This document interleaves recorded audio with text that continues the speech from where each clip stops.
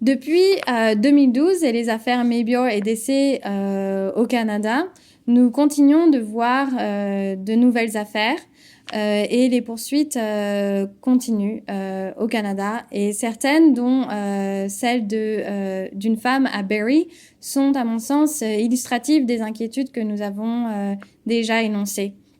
Cette femme a en effet été poursuivie non seulement pour avoir des rapports non protégés alors qu'elle avait une charge virale indétectable, mais aussi pour avoir reçu un rapport sexuel oral. Or, nous savons que dans ces circonstances, le risque est extrêmement faible, sinon inexistant. C'est pour ça que la communauté s'est mobilisée pour exiger que la couronne abandonne en fait les poursuites à l'encontre de cette femme à Barrie.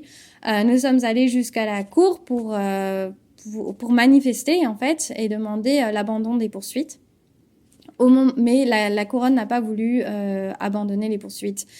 Même pendant le procès, l'expert de la couronne s'était prononcé pour dire que les risques de transmission étaient extrêmement faibles en cas de sexe oral et pourtant la couronne a continué les poursuites.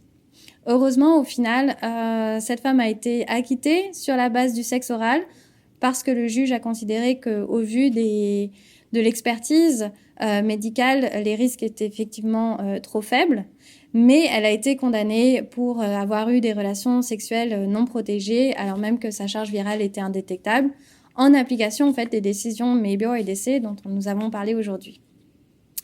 Sur une note plus positive, en novembre 2013, nous avons eu une affaire quelque peu surprenante en Nouvelle-Écosse, où un jeune homme qui avait eu des relations sexuelles non protégées a été acquitté parce qu'il avait une charge virale indétectable.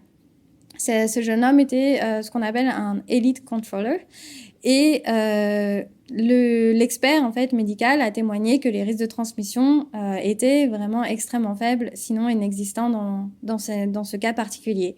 Et le juge a considéré qu'il n'y avait donc pas de possibilité réaliste de transmission, malgré ce qu'avait dit la Cour suprême en 2012. Cet arrêt est, je crois, très encourageant, mais il faut le prendre avec précaution parce qu'il s'agit d'une décision de première instance qui n'oblige pas les autres cours et aussi parce qu'il reste exceptionnel aujourd'hui au Canada.